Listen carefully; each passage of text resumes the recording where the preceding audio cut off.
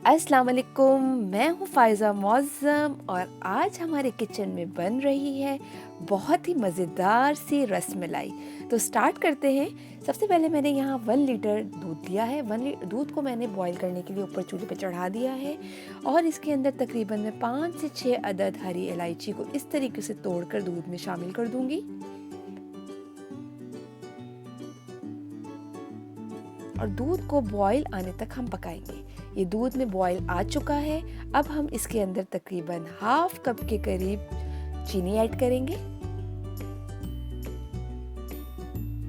और इसको अच्छी तरीके से मिक्स करेंगे। अब मैंने यहाँ पे 1 कप के करीब ड्राई मिल्क पाउडर लिया है। आप कोई सा भी ड्राई मिल्क पाउडर यूज़ कर सकते हैं, यहाँ पे टी वाइटनर यूज़ नहीं करना और इसको छान लें। इसके अंदर मैं 1 टीस्पून बेकिंग पाउडर ऐड कर रही हूँ, इसको भी मैंने छान लिया है। 1 टीस्पून के करीब मैदा ऐड कर रही हूँ, ये भी आप छान लें। और 1 टीस्पून कुकिंग ऑयल।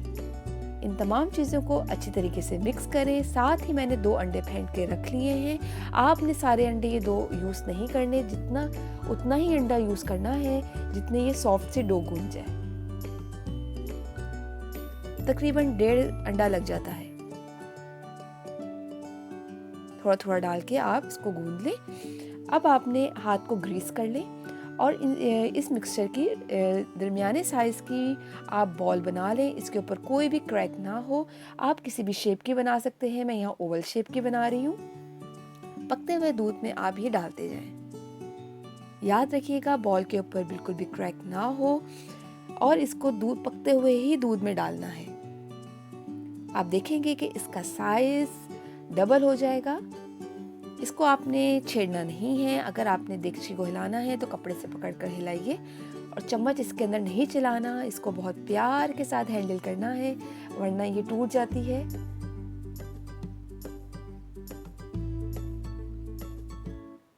अब इस स्टेज पर मैं थोड़ा सा बारीक पिसा हुआ पिस्ता ऐड कर दूंगी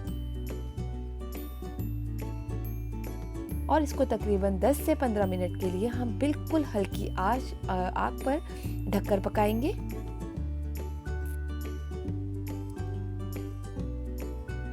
ये 10 से 15 मिनट हो गए हैं। अब मैं इसको चेक कर रही हूँ। ये ज़बरदस्त से इसकी जो साइज़ है ये डबल हो चुका है।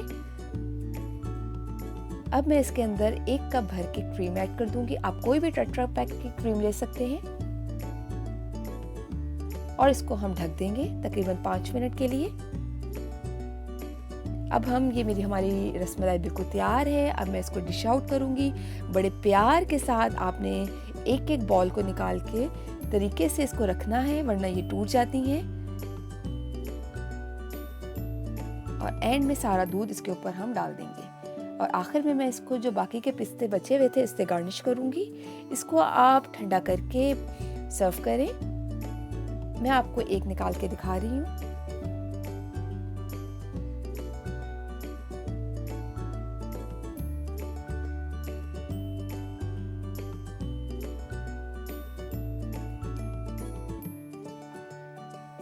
ये देखिए ये कितनी सॉफ्ट और जूसी बनी है। आप घर में ज़रूर ट्राई कीजिएगा। बहुत ज़बरदस्त रसमलाई मेरे स्टाइल में। अगर आपने अभी तक मेरे चैनल को सब्सक्राइब नहीं किया है तो मेरे चैनल को लाइक कीजिए, सब्सक्राइब कीजिए और बेल आइकॉन को दबाना मत भूलिए।